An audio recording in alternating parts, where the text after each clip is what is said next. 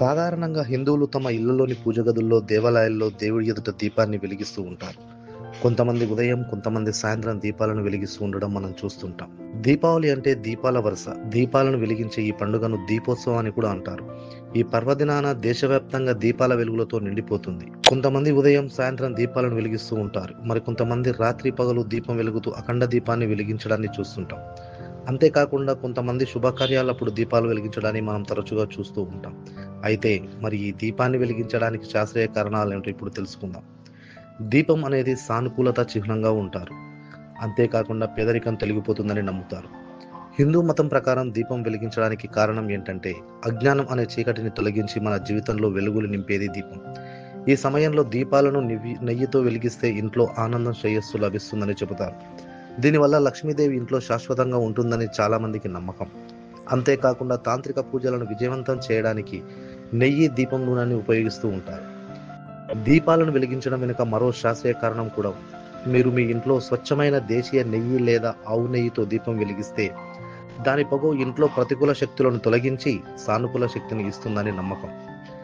దీపావళి రోజున దీపాలు వెలిగించడం వల్ల లక్ష్మీదేవి ఇంట్లో కొలువై ఉంటుందని, సంపద వృద్ధి పెరుగుతుందని నమ్మకం. దీపావళి రోజున దక్షిణ దిశగా నవ్వుల నూనెతో దీపం వెలిగించి యమదీపం వెలిగించడం వల్ల అకాల మరణం నివారించబడుతుందని నమ్మకం. దీపాలు వెలిగించడం వల్ల వాతావరణంలో అయస్కాంత ప్రభావం మారుతుంది. ఇప్పుడు రాబోయే కార్తీక మాసంలో స్వామివారికి చాలా విశేషమైన మాసం.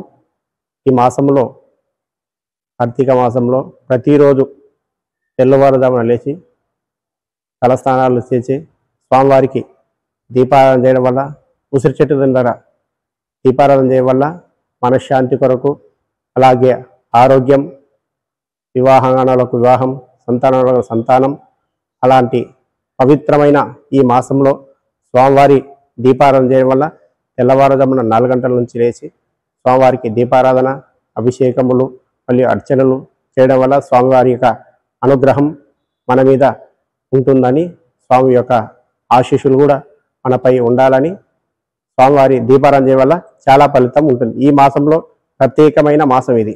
దీపారాధన చేయడం వల్ల చాలా ఫలితాలు ఉంటాయి. ఈ దీపారాధన చాలా పవిత్రమైనది. ఈ మాసం చాలా పవిత్రమైన మాసం కాబట్టి దీపారాధన చేస్తే చాలా పుణ్యము, చాలా పవిత్రమైన మాసం. ఈ మాసంలో దీపారాధన చాలా విశేషమైనది కాబట్టి ఈ మాసంలో దీపారాధన చేయడం వల్ల మంచి ఫలితాలు ఉంటాయి.